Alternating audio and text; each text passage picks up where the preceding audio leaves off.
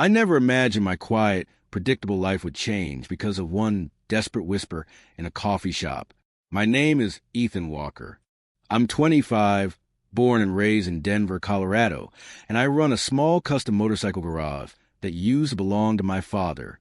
When he passed away from cancer 4 years ago, the garage became my anchor. Metal, grease, engines, things that made sense. People didn't always make sense. I lived alone in a loft above the garage.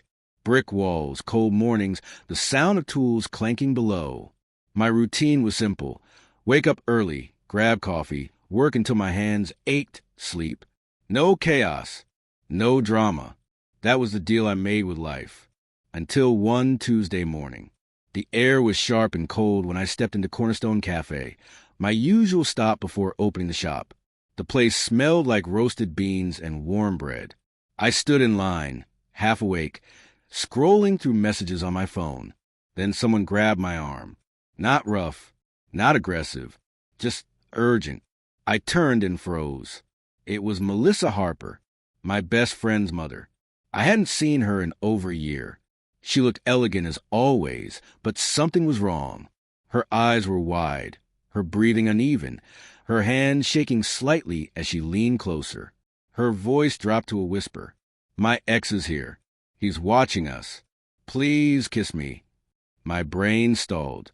Before I could even respond, she wrapped her arms around my neck and pressed her lips against mine. The cafe noise faded. Cups clinked somewhere far away. It wasn't romantic. It wasn't planned. It was fear. I felt in the way she held on, like I was the only solid ground in the storm. When she pulled back, her forehead stayed against mine. Just pretend, she whispered. Please. I followed her gaze and saw him. A tall man in a tailored coat stood near the window, his eyes locked on us. His jaw was tight, his stare sharp and possessive, the kind of look that made your instincts scream. I didn't know the story yet, but I knew one thing. She needed help. I tightened my arm around her waist and turned slightly so he could see my face clearly. You okay? I said, loud enough for him to hear.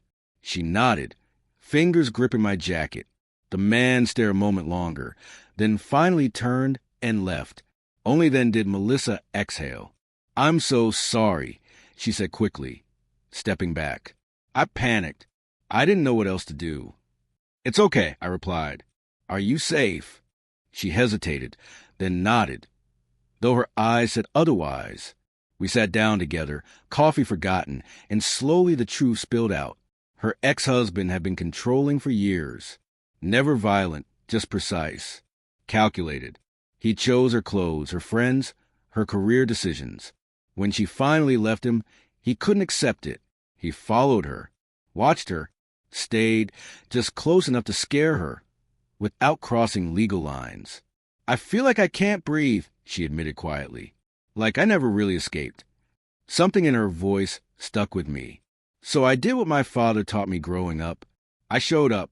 I walked her to her car that day, gave her my number, told her she didn't have to face this alone. I thought that would be the end of it.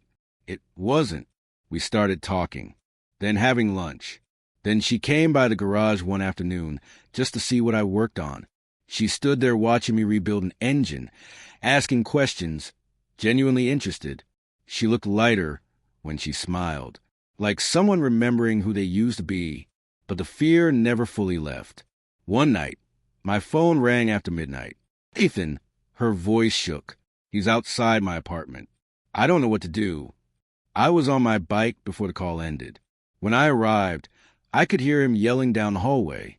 When he saw me, his anger shifted toward disgust. This is ridiculous, he snapped. You're embarrassing yourself. Melissa stepped out then. Her hands were shaking, but her voice wasn't. Leave, she said. Now. He laughed, threatened, tried to intimidate. And for the first time, she didn't back down. She told him she would call the police.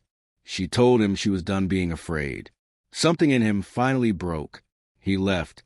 When the elevator doors closed, Melissa collapsed against the wall, crying, not from fear, but release.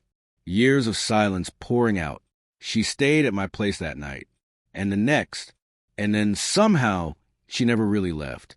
Life shifted quietly. She made coffee in the mornings. I cooked dinner. We talked about dreams she'd buried and plans I never thought possible. She wanted to open an art space. I wanted to expand the garage. Together, it didn't feel impossible. Months later, her ex showed up one last time, this time different. Tired, smaller. He apologized, signed papers, said he was leaving the state. When the door closed behind him, Melissa looked at me and whispered, "Is it really over?" I nodded. "Yes, it is." We opened a combined space 6 months later. Steel and canvas, engines and art, built from broken parts and second chances. On opening night, the place buzzed with life. Melissa stood beside me, confident, free. I realized then, that kiss in the coffee shop wasn't the beginning of a romance. It was the beginning of someone choosing not to be afraid anymore. And somehow, by standing with her, I found a life bigger than the quiet one I'd been hiding in. Sometimes, the moment that changes everything doesn't come with fireworks. Sometimes it comes as a whisper. Kiss me, please. Thank you for watching Classic Stories. Don't forget to like, comment, and subscribe for more stories that remind us how powerful compassion truly is.